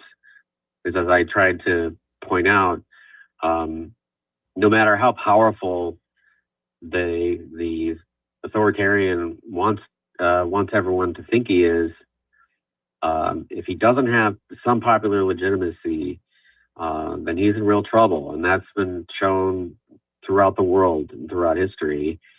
And that's what happened here and nationwide when you have 60 to 70% of the American public saying that ICE's tactics have gone too far. And that's how you win, by expanding your coalition. Well, one group that wasn't necessarily part of that coalition at all had to be Minnesota's major corporations, because as you described them, they were largely silent and mealy-mouthed when it came to, well, putting out any sort of statement about Operation Metro Surge here in Minnesota. So in our state, which we're of course known for our corporate philanthropy and civic engagement, why do you think these institutions failed to really find their voice during this crisis? Was it all fear? And I think more importantly, it's probably lessons that we should take as Minnesotans about, well, how we can rely on corporations when we have things like this happen in our state. Yeah, I mean, I think old-time Minnesotans think of like the Dayton family as the model of corporate responsibility, and that's just not how corporate America is anymore. It hasn't been for a long time. here locally, a lot of the leaders of these corporations, they don't really even live here. They're not from here. They're not of here.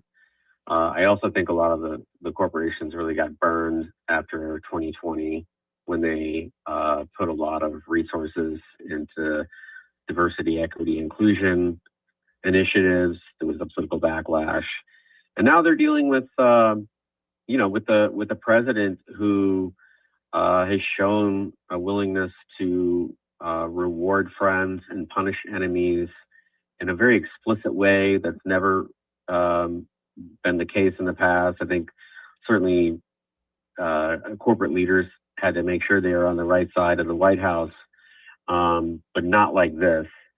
If you consider a company like Target, I mean, everything that they sell almost is imported, and that means that it's subject to tariffs. And this president has constantly used tariffs as both a policy lever, but just as much as a political lever and a way to reward friends and punish enemies. So they're all having to be very mindful of that, and I guess I understand it, but it just means that we need to move on and really no longer consider those corporate, especially the Fortune 500s.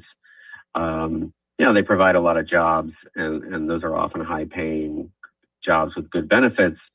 But beyond that, I think it's a mistake to consider them a significant part of our civic infrastructure. Yeah, as you said, it's a very different era here in Minnesota and, well, really the entire country, too, when it comes to corporate responsibility, since, well, everything now is to the shareholders, and I think we've seen that certainly be the case here in Minnesota with many of these corporations not wanting to get on the wrong side of the Trump administration. We can read more about Patrick's column, again, titled Minnesota 1, Trump 0, over at MinnesotaReformer.com, as well as Michelle's legislative preview, again, MinnesotaReformer.com for the best in Minnesota news and politics. We have been joined by Patrick Coolican, who is the editor-in-chief of The Reformer, who joins us every Tuesday on the show. As always, thanks so much for coming on the show today. Thanks. Always a pleasure. All right, let's take a break and send things back over to Matt McNeil on AM 950.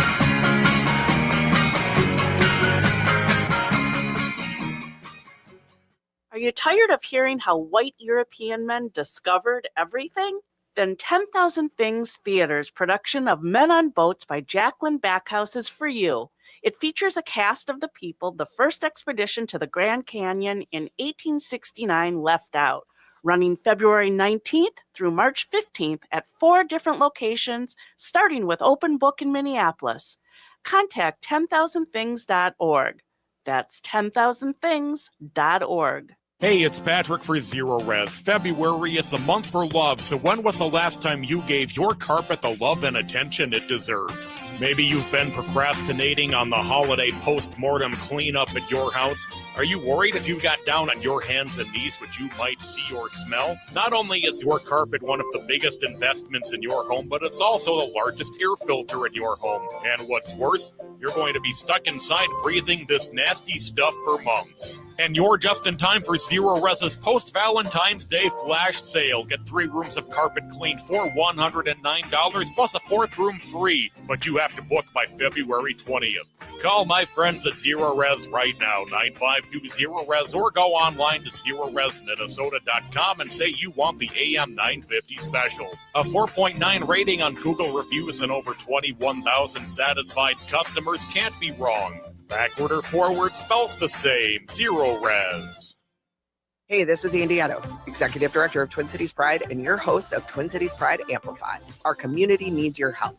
Twin Cities Pride is collecting donations to help our local community in need. We're collecting everything from shelf-stable food, household cleaning supplies, infant care items, and personal care products at our Pride Cultural Arts Center. If you're looking to help, reach out to us at info@tcpride.org or just stop by 1201 Harmon Place in Minneapolis. It's our time to take care of our community and take care of each other all year long. Would you let animals pick your insurance? Do you really need to experience mayhem to get the best rates? Or how about a celebrity quarterback or fake university saving you money? There's a lot of marketing stunts when it comes to insurance, but what you really need is someone looking out for you. Call Array Insurance, and they will work hard to find you the best insurance coverage and rates. So avoid gimmicks and call Cheryl at Array, 763-504-3067, or arrayinsurance.com. Array Insurance, working hard for you. In today's uncertain times, Woodland Stoves and Fireplaces believes that a fire can add comfort and security to your life. At Woodland, our mission is to connect you to a place for fire that works. Woodland Stoves and Fireplaces installed our wood stove years ago, and we still love it. Watching the fire, feeling the heat is a joy we experience every day.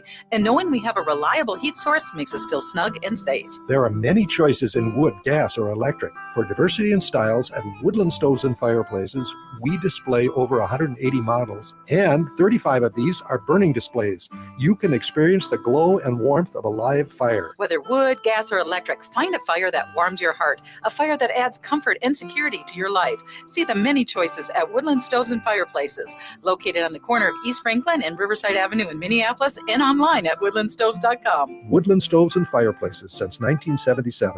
For over 48 years, our slogan has been, out of the ordinary products and services. Our mission is to get you a fireplace that works in your life. With your AM 950 weather, I'm Patrick Lilia. Tonight, rain and thunderstorms possible with a low of 40. Then on Wednesday, a chance of a rain-snow mix with temperatures around 36. There's something for everybody at Cafe Latte in St. Paul. From award-winning soup, salad, sandwiches, and desserts to treats from the bakery made fresh daily and a pizza and wine bar. Cafe Latte is located on the corner of Grand Avenue and Victoria Street. Check them out at cafelatte.com.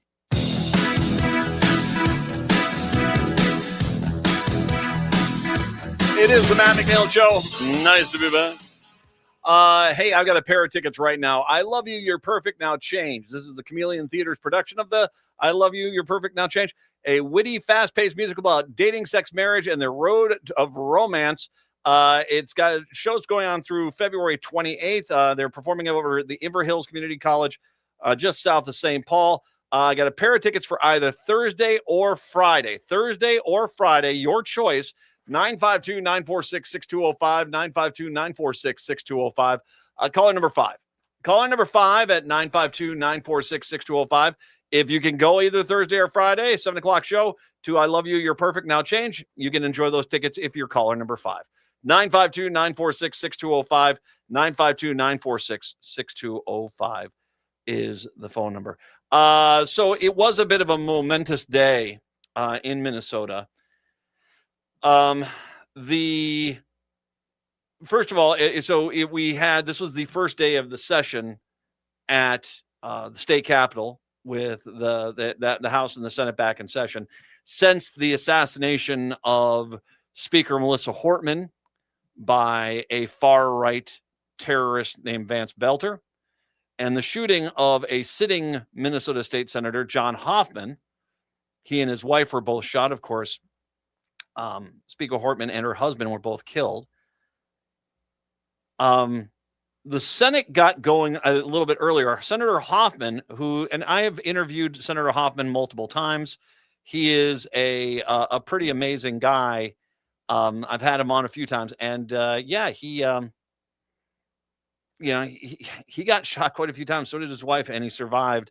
He actually walked back in the Senate. He got a thunderous applause for a full minute. His wife, Yvette, who's an absolute delight as well. And I've met his daughter, too, Hope. She's very lovely. Were shot. They're seriously wounded, and the same gunman who killed DFL House leader Melissa Hortman and her husband, Mark. He walked up the long marble staircase to the chamber. They gave him a big standing ovation for that. The opening prayer they had in this, was Hortman's favorite in the House. They convened the Senate really quickly. So the DFL Senate Majority Leader Aaron Murphy praised Hoffman, as well as Senator Johnson. He's the Minority Leader, Mark Johnson, endured profound loss since the legislature met last year. We grieve the tragic murder of former Speaker Melissa Hortman. Then they basically left the Senate building and everyone went over to the House of Representatives, Minnesota House of Representatives, where Governor Walz and the House and the Senate, the House members and the senators all had a ceremony there for Melissa and Mark Hortman. Governor Walz, 8 months of this tragedy and watching you have to endure not just the loss of the very public grieving, the grace and dignity and decency that you have conducted yourself in is a lesson for all of us, said he basically, talking to the Hortman's kids. Walz thanks Colin Hortman for letting him sing at Colin's recent wedding. Walz said he and the late Representative Melissa Hortman were partners, and she was his security blanket in the legislature. She was very clear. She was a Speaker of the House, and she met the entire building. Very rare to find Melissa Hortman having a harsh word about anybody, but she did it and reserved it for those times when we earned it, myself included. He also said Hortman would reel him in when I would have to start going on a partisan rant. The wisdom, that experience, that's decency, that's leadership, and those things are all exhibited. I miss my friend every day, he concluded. He shared a note from Hortman that he had received. Dear Governor Walz, I'm looking forward to our work in the coming weeks to finalize a budget that gives Minnesotans a quality of public services that they deserve. I also do believe that you, Senate Majority Leader Gazelka, and I can do this differently than it's been done in recent years in Minnesota and certainly in D.C. Governing is very different from campaigning. We'll take the fight to our opponents in the 2020 election, but in the meantime, we need to find win-wins together and the humanity in each other. Thanks for doing what you're doing. I look forward to our deliberations. Always, Melissa. The Speaker, Elisa Demuth, had some nice words for Hortman. The Zach Stevenson, who is now the new House DFL leader, said he met Melissa Hortman when he was 17 years old, then a high school student interested in campaigns and elections. Stevenson said Hortman lost 2 elections for the state house before running again in 2004 and winning. Many would have given up, not her. Her persistence and strength of will, those were defining aspects of Melissa Hortman. He went on to say that her legacy will reverberate through generations.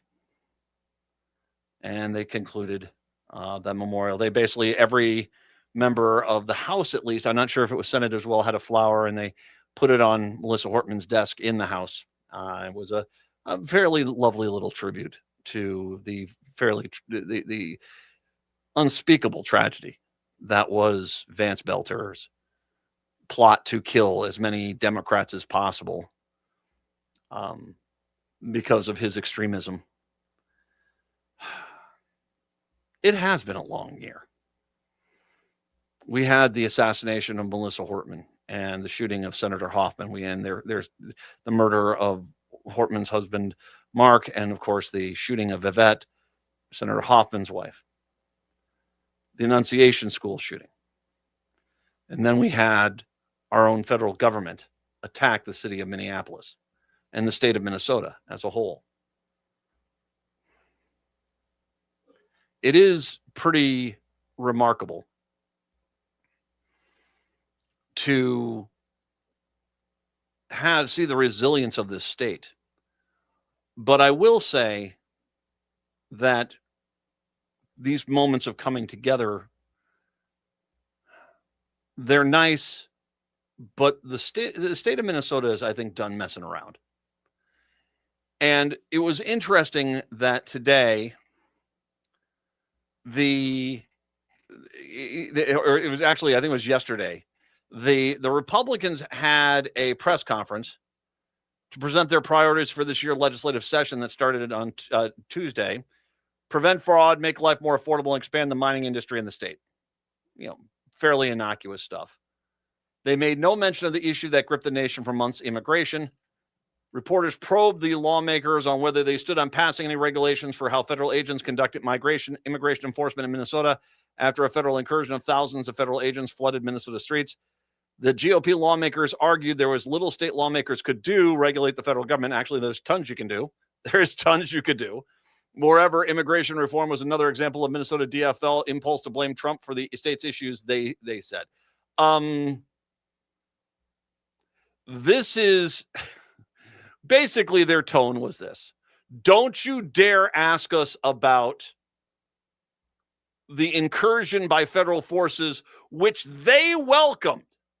I want to repeat something we have talked about before. Speaker Demuth and Niska, the majority leader, or the Republican leader, I think it's the House Republican leader because it's a tie there. So I think it's the House Republican leader.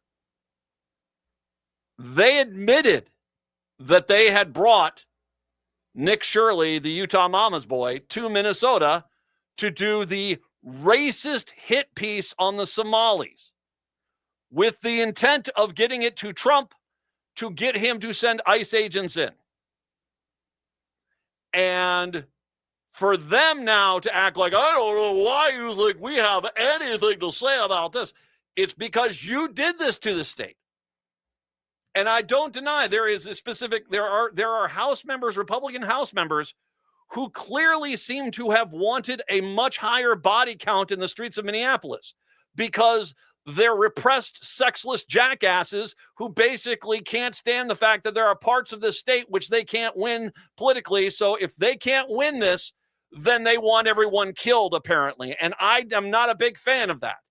When you're calling for the Insurrection Act and you're asking for more of Alex Preddy and more of Renee Good, you are indeed asking for more bloodshed on the streets.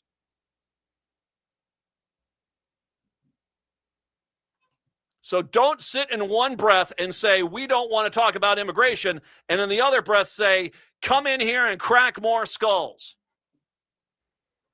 You guys screwed up. I mean, and I did say this. I have never seen somebody drop a football this badly before in politics. They were so prepared to make the entire election about fraud, that they did this thinking it was going to be, I guess, parsley or a side dish on their plate of their campaign, and now it's the entire main course. And not only did they welcome in the people to attack the city of Minneapolis and kill Renee Good, they welcomed in the people who killed Renee Good. They welcomed in the people they killed Alex Preddy. And many Republicans have applauded and praised those murders. Not only did they do that, but they also unleashed hell on their own communities with rural district after rural district after rural district having to stave off ICE agents coming into their agri centers and their construction companies and running off all their workers, crippling these industries. We just talked about that yesterday, is that the ag industry in Minnesota is on real thin ice right now. And there's a lot of people wondering if there's even going to be enough people to pull the crops out of the fields. Or, you know, as the one guy said, if they raid my dairy operation, I'm selling cows that day because there's no way in the world I can keep this going. They did this. And they had a bunch of Republican members of the people who are favorable to the Republican Party in the U.S. Attorney's Office who are there ready to do press release after press release after press release to help them. And all those guys are gone because Trump, when he came in with ICE, ordered them to stop their fraud investigations and investigate Renee Good's wife and Alex Preddy and all the protesters. And they're like, no. And then they were told that they could not investigate the people that murdered Renee Good and murdered Alex Preddy. All those guys quit. So them coming on out here and telling the news media now, we're not going to talk about immigration, even though, once again, they're saying immigration, we don't have a lot of control over it, even though you brought this into the state. You did this. Lisa, you did this, Lisa. The rest of you clown cars in the Republican Party, you did this. That blood is on your hands.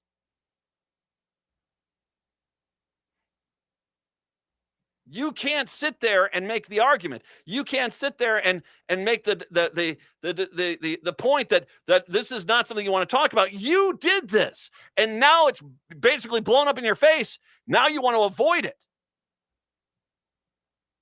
And while at the same time, because you're in primary season, you got members of your own caucus out there saying, murder more people.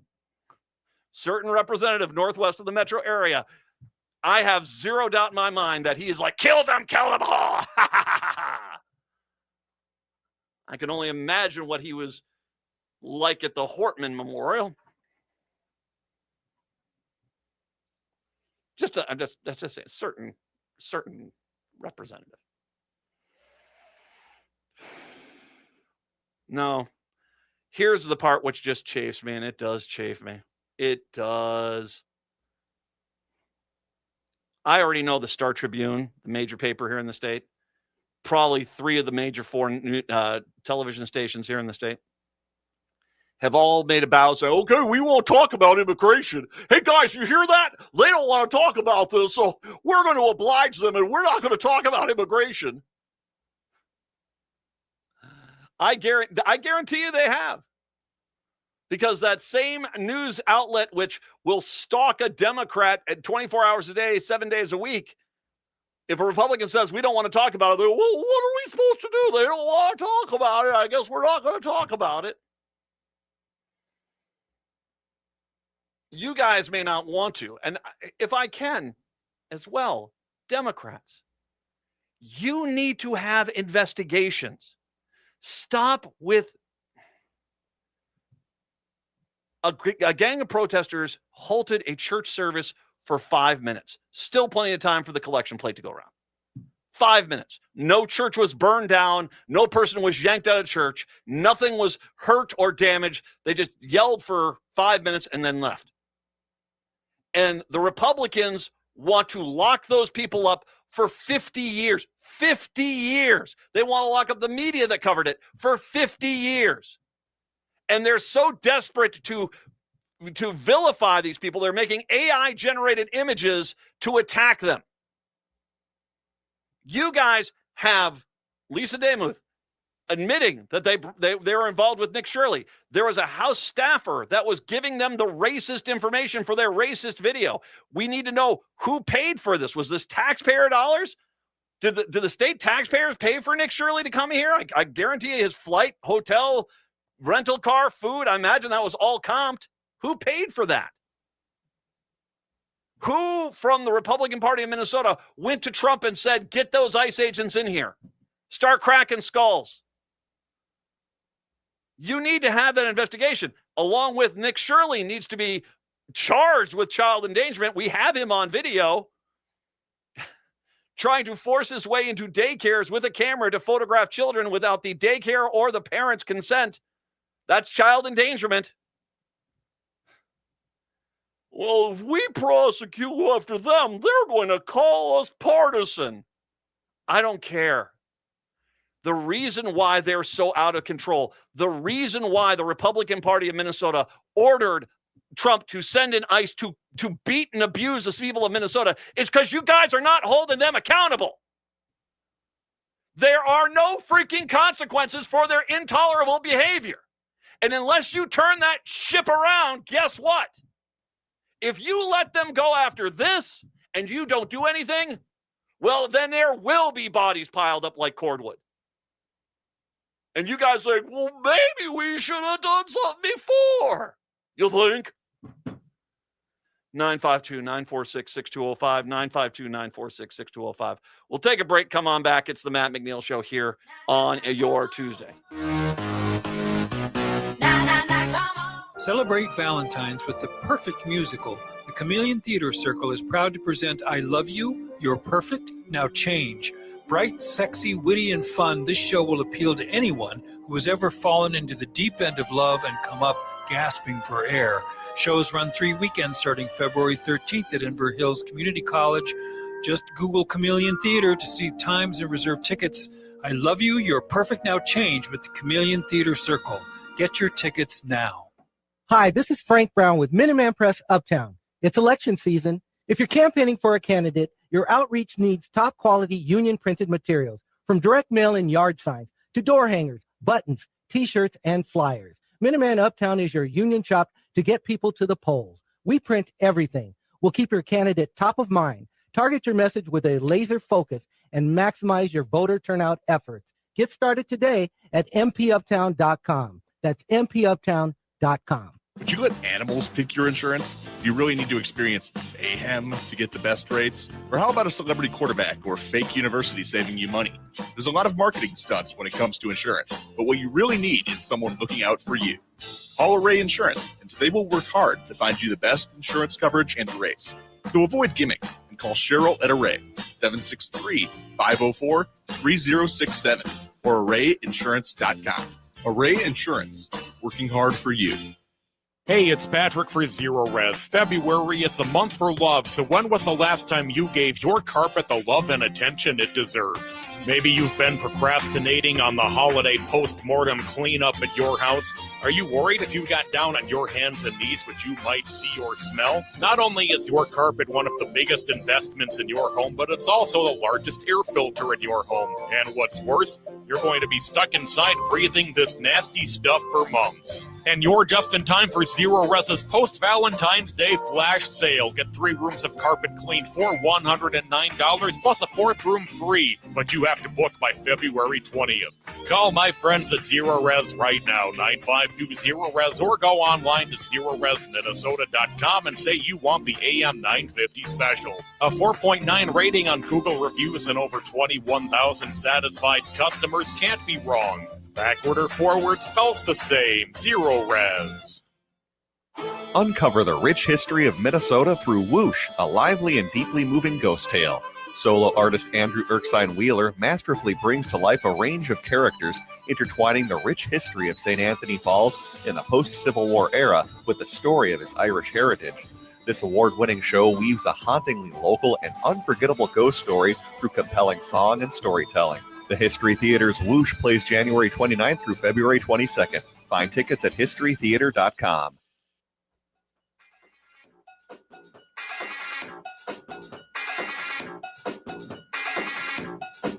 It is the Matt McNeil Show. By the way, we give one of those tickets. Who is our winner out there, Patrick? Congratulations, Greg. Have fun at the show. Greg, enjoy the show. I love you. You're perfect. Now change. It's playing over with the Chameleon Theater at Inver Hills Community College. It runs until February 28th. Congratulations. Enjoy that show. 952-946-6205. At least 30 Republican state lawmakers, including Speaker Demuth, support a proposal that would criminalize residential protesting near a person's home in Minnesota. Basically outlawing protesting. The bill, authored by Representative Walter Hudson, would pave the way for misdemeanor charges against somebody who participates in a demonstration outside a private residence, with the exception of peaceful protesting at a place where a public meeting or assembly is being held, or at a dwelling that doubles as a business. Basically, you are literally going to shut, because here's the thing which I've said is, what's outside of a business? What's out someone's residence? Is it a 1-block clearance? Is it a 5-block clearance? This is basically this law, even if they passed it, would not pass. I mean, immediately get overturned for violation of freedom of speech. If it's a public street, you're not going to get away with this. Because once again, you claiming a protester could potentially be violent is not a peaceful protester being violent. That's just your fantasy so that you can pass laws that undermine the Constitution. This is and basically let's make this is whiny little Republicans scared because protesters don't like what we're doing. They're in mass protesting. Well, we'll say it's illegal to protest now. You can only protest in the silence of your hearts. Unless it's a Republican thing, then you can protest anywhere. While the bill has little chance of passage in the split control of the House and the 1-seat DFL majority, it could signal that the GOP aim to upcoming legislative session to focus on the anti-ICE protesters rather than the people that they encourage be killed by ICE agents when they welcomed ICE into the state. Hudson has been vocal about his support of ICE and his desire for Trump to go even further. Other Republican state lawmakers have both signed on as bill's co-authors, including Harry Niska, Kirsten Robbins, and Jim Nash. Robbins and Demuth are running for governor. It's slated for discussion during the House Public Safety, Finance, Public Policy Committee on Wednesday. The Minnesota GOP proposed a similar bill during last year's session, with efforts harking back to an incident in 2020 when protesters gathered outside of the Hugo home belonging to the former Minneapolis Police Union head Bob Kroll, dork, and his conservative journalist Liz Collins' wife, in the wake of George Floyd's killing. It's always better when you add sound effects to things, don't you think? Anyway, this is, hey, I got an idea, Republicans. Maybe don't piss off everybody. How about that? Have you thought about that? If you don't piss everyone off, then people aren't protesting. This is more on you, isn't it? And stop trying to alter the First Amendment of the Constitution. Okay, Native Roots Radio is up next. Have a good one. We're back tomorrow. Until then, see ya. Greg Bakken here. Who doesn't love